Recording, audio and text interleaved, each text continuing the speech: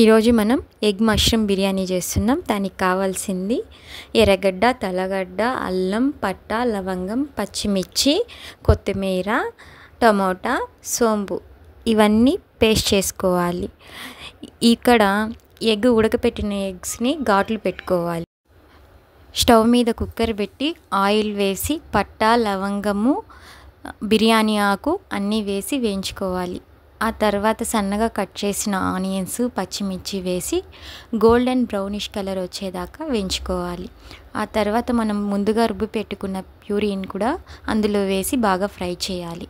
ఆ తర్వాత మష్రూమ్ వేయాలి. దాన్ని బాగా ఫ్రై చేసుకున్న తర్వాత పసుపు, ఉప్పు, గరం మసాలా వేసి బాగా ఫ్రై చేసుకోవాలి. ఆ తర్వాత ఒక గ్లాస్ బియ్యం తీసుకున్నాను. ఆ బియ్యాన్ని కూడా వేసి ఒక గ్లాస్కి 2 గ్లాస్ వాటర్ వేసి బాగా మిక్స్ చేసి ఉడికించుకున్న ఎగ్స్ని ఆయిల్లో వేసి ఫ్రై చేసుకొని ఉప్పు, కారం వేసి ఫ్రై చేసుకున్నాం. దీన్ని ఉడికిన మష్రూమ్ బిర్యానీలో వేసేసుకున్నాను. ఆ తర్వాత లైట్గా కొత్తిమీర జల్లు. 3 విజిల్స్ తర్వాత మన ఎగ్ మష్రూమ్ బిర్యానీ రెడీ అయిందండి. దీన్ని రైతాతో సర్వ్ చేసుకున్నాం.